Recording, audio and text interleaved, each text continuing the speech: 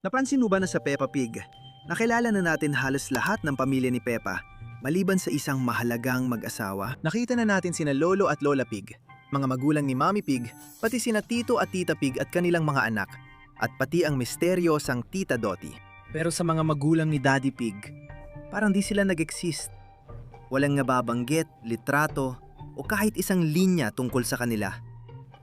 Kakaiba yon, di ba? Sa palabas na laging tungkol sa pamilya, kaarawan, at lolo't lola, bakit kaya parang wala lang ang dalawang taong dapat mahalaga? Tatalakayin natin ngayon ang 5 pangunahing teorya ng mga tagahanga tungkol sa misteryo ng nawawalang magulang ni Daddy Pig. May mga nakakatuwa, may malulungkot, at may ilan na baka tuluyan ang magbago sa tingin mo sa Peppa Pig. Nakatira sila sa malayong lugar. Simulan natin sa pinakakapanipaniwala. Sabi ng ilang tagahanga, buhay pa ang mga magulang ni Daddy Pig, pero nasa malayong lugar. Alam din natin na si Tia Dottie, kapatid ni Mommy Pig, ay nasa ibang bansa. Totoo, minsan lang siyang lumitaw sa Thanksgiving episode, kahit nabanggit na siya dati sa Horsey Twinkle Toes noong 2011. Si Tia Dottie ay nakatira sa malayong lugar sa ibang bansa. Mahigit 1 dekada bago siya lumabas mula nang mabanggit siya. Baka ganun din ang kaso ng mga magulang ni Daddy Pig. Maaaring nakatira sila sa ibang bansa, sa tahimik na lugar na malayo sa bayan ni Peppa. Baka sila'y matatanda na, retirado, at tinanamnam ang tahimik na buhay. Kaya hindi sila dumadalo sa mga pampamilyang okasyon tulad ng kaarawan o Pasko. Mukhang simple, pero may problema pa rin. Kung malayo nga sila, bakit di sila bumisita nung ipinanganak si Evie? Karaniwan, malaking bagay ang bagong sanggol. Asahan mong bibisita ang mga lolo't lola, magpapadala ng regalo o card, o kahit banggitin na hindi nakarating sina Lola at Lolo Baboy ngayon. Walang bisita, tawag o nabanggit hindi lang kay Evie. Hindi pa rin nakilala ni Peppa at George ang mga lolo't lola nila. Ni minsan ay hindi natin narinig si Peppa na magsalita tungkol sa kanila.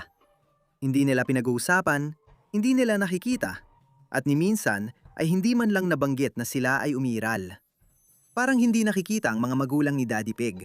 O baka sa mundo ni Peppa, hindi talaga sila dapat umiral. Kahit mukhang simple ang tiyurang ito na malayo lang ang tirahan nila, mahirap pa ring paniwalaan dahil sa katahimikan tungkol sa kanila. Dahil sa Peppa Pig, kapag may nawala ng walang kahit anong salita, kadalasan ay may mas malaki pang tinatago. Maaaring pumanaw na sila. Ngayon medyo malungkot ito pero sikat na fan theory rin. Paano kung patay na ang mga magulang ni Daddy Pig? Iyon ang paliwanag sa lahat. Sa katahimikan, mga nawawalang larawan, at kawalan ng pagbanggit. Maaaring ito rin ang dahilan bakit emosyonal o naiilang si Daddy Pig kapag nababanggit ang pamilya. Dahil pambata ang Peppa Pig, hindi na nakakagulat na iniiwasan ng mga gumawa ang mga mabigat na paksa gaya ng kamatayan. Baka sinadya nilang wag isamang magulang niya para mas masaya ang palabas para sa bata. Siguro, wala na sila bago ipinanganak si Peppa kasi hindi pa nababanggit ni Peppa ang tungkol sa kanila. Mukhang hindi niya alam na umiral sila. Sa ilang flashback, makikita na may pagkabata si Daddy Pig pero hindi na ipinakita ang mga magulang niya at nanatili na lang silang alaala. At kung ganun niya, baka kaya malapit si Grandpa Pig kay Daddy Pig. Baka siyang naging parang tatay ni Daddy Pig nung nawala ang mga magulang niya. Nakakalungkot pero ito ang dahilan kung bakit di natin sila nakita o narinig. Hindi sila magkasundo. Ngayon, pag-usapan natin ang mas dramatikong bahagi. Sabi ng ilang fans, buhay pa raw ang magulang ni Daddy Pig pero hindi maganda ang relasyon ni Daddy Pig at ni Mommy Pig sa kanila. Maaring nagkaroon ng matinding pagkatalo sa pamilya na nagdulot ng permanenteng hidwaan. Ito rin ang maaring dahilan kung bakit hindi rin sila binabanggit ni Uncle Pig. Pag-isipan mo. Magkapatid sina Uncle Pig at Daddy Pig at madalas na ipapakita ang pamilya ni Uncle Pig pero hindi pa nabanggit ang kanilang nanay o tatay. Kakaiba rin, di ba? Kung si Daddy Pig lang ang di nakikipag-ugnayan, siguro nabanggit pa rin sila ni Uncle Pig minsan. Dahil pa rin yung iniiwasan ng magkapatid ang paksa, mukhang naapektuhan nito ang buong pamilya. Baka hindi rin sang-ayon ng mga magulang nila sa ginawa ni Daddy Pig. Maaring tungkol ito sa trabaho niya o kaya naman kay Mommy Pig. O baka may nangyari noon na naging dahilan para magkahiwa-hiwalay ang buong pamilya. Kung dito tinatalakay ng pamilya Pig dahil sa personal na alitan, akma ito sa estilo ng palabas na iniiwasan ng seryosong usapin, ngunit ginagawang kawili-wili para sa matatandang manonood. Pero hindi pa rin ito masagot kung bakit wala sila sa lahat, kahit sa mga lumang litrato. Dito papasok ang susunod na teora na mas nagpapalabo ng lahat. Inampon si Daddy Pig at maaari magbago ito ng pananaw mo sa kanya. May ilang tagahanga ring nagmungkahi na baka totoo nang inampon siya. Kung isipin, may punto nga ito. Wala tayong nakikitang matatandang baboy na tulad niya. Oo, hawig sila ni Uncle Pig. Pero baka dahil lang magkasama silang lumaki, hindi sila tunay na magkadugo. Maaring inampon ni na Lolo at Lola Pig si Daddy Pig noong bata pa siya. At lumaki siyang kasama si Mommy Pig na naging asawa niya. Medyo kakaiba, pero kung totoo, paliwanag ito kung bakit di nababanggit ang tunay na magulang ni Daddy Pig at kung bakit malapit siya kay Lolo Pig. Bakit walang litrato ng pamilya noong bata pa siya na may ibang tao? Kung inampon si Daddy Pig, paano si Uncle Pig? Pwede rin namang hindi rin tunay na kapatid ni Daddy Pig si Uncle Pig, kundi isa ring batang inampon ng parehong pamilya. Magkapatid pa rin sila, ngunit hindi magkadugo. O, mas malalim na ideya. Paano kung pari yung inampon mula sa magkaibang pamilya sina Daddy Pig at Uncle Pig? Mas magiging espesyal pa ang ugnayan nila at baka iyon ang dahilan kung bakit napakalapit nila sa isa't isa. Sila lang talaga ang pamilyang nakilala nila. Kapag kinumpirma ng palabas na ampon si Daddy Pig, mababagong tingin natin sa kanya. Ang pagiging positibo niya, determinasyong pasayahin si Peppa at pagpapahalaga sa pamilya ay magkakaroon ng saysay. Baka mahalaga sa kanya ang pamilya dahil alam niyang sakit na mawalan nito. Nabura sila sa timeline.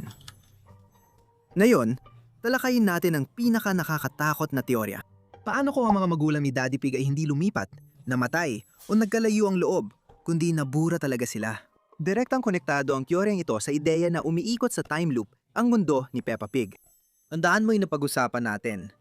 May kaarawan pero walang tumatanda at paulit-ulit lang ang bawat season. Kung mundo ni Peppa ay paulit-ulit ang siklo, maaaring hindi lang talaga kasama ang magulang ni Daddy Pig sa loop na ito.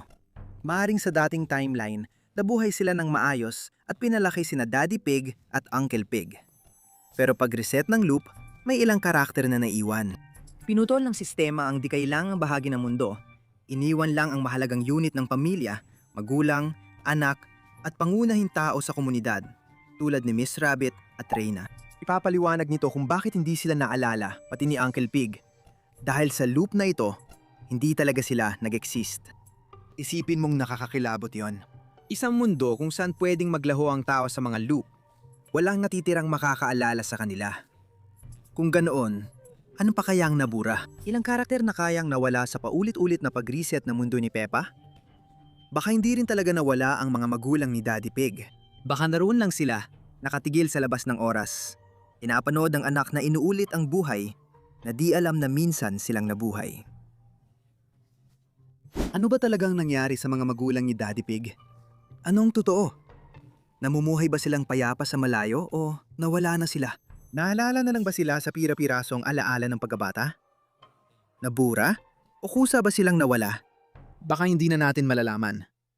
Baka hindi man lang ito naisip ng mga gumawa. Pero yan ang dahilan kung bakit kakaiba at nakakabighani ang Peppa Pig para sa isang palabas na para sa mga batang preschool. May mga misteryo itong mas malalalim kaysa sa kaing tuklasin ng karamihan sa mga palabas para sa matatanda. Dito, walang nagbabago. Di umaandar ang oras at di tumatanda ang tao. Habang tumitingin tayo, mas maraming bagay ang biglang nawawala. Tulad ng magulang ni Daddy Pig. Kaya kapag nanood ka ng Peppa Pig at makita mong tumatawa si Daddy Pig, may tinatayo o may tinuturong bago kay Peppa, isipin mo. Sino ang nagturo sa kanya ng lahat ng yon? Sino ang nagpalaki sa kanya? Siguro, hindi na natin malalaman. Kung nag-iba ang tingin mo sa Peppa Pig dahil sa teorang ito, mag-subscribe para sa iba pa dahil simula pa lang ito. Marami pang lihim sa mundo ni Peppa na dapat tuklasin.